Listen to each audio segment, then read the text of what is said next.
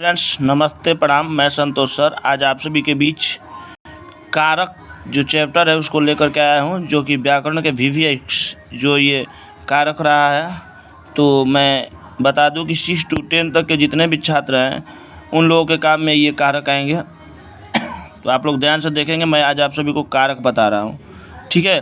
कारक क्या होता है, कारक किसे कहते हैं, ध्यान से देखेंगे। कारक क्रिया के साथ जिस शब्द का, ठीक है ना, सीधा संबंध होता है।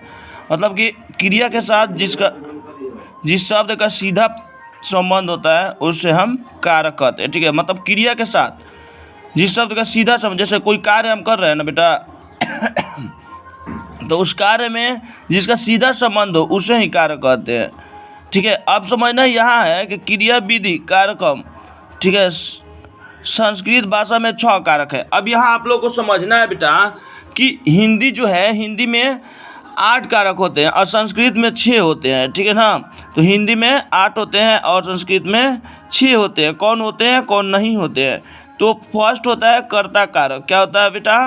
फर्स्ट कर्ता कारक, 2 नंबर कर्म कारक, 3 नंबर कर्ण कारक, चौथा संप्रदान कारक, 5वां अपदान तथा 6वां अधिकरण। ये जो 6 कारक संस्कृत में मुख्य होते हैं, मतलब कि संस्कृत में 6 कारक माने जाते हैं। वही हिंदी में आएंगे तो 8 कारक हो गए, ठीक है बेटा। क्लियर है ना? आगे करें, यद्यपि संबंध को कारक नहीं माना गया है, मतलब अगर संबंध जो कारक है उसको कारक नहीं माना गया। क्यों नहीं माना गया बेटा?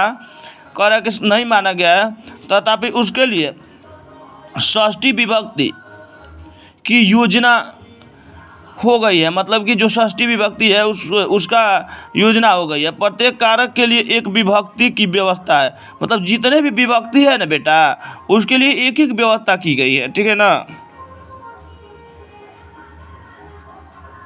उसके लिए एक एक व्यवस्था की गई। अतः संस्कृत भाषा में कुल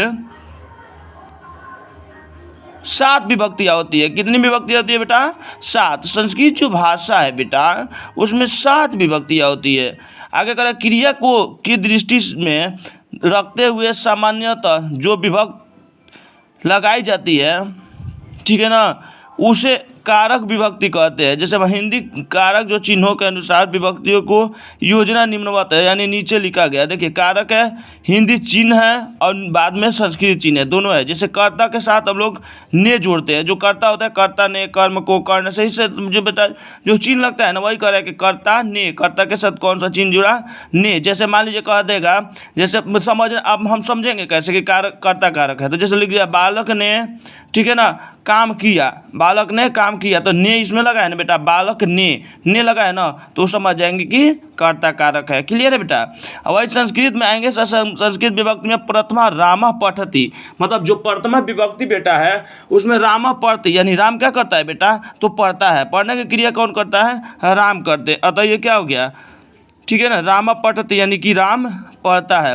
अब कर्म कारक जो है, कर्म कारक का जो विभक्ति चिन्ह है को हो जाएगा हिंदी में, कर्म को। वही बता रहे थे, कर्ता ने कर्म को। इस संस्कृत में जब आएंगे तो द्वितीय सह पुस्तकम पठति, ठीक है। वह क्या करता है? पुस्तक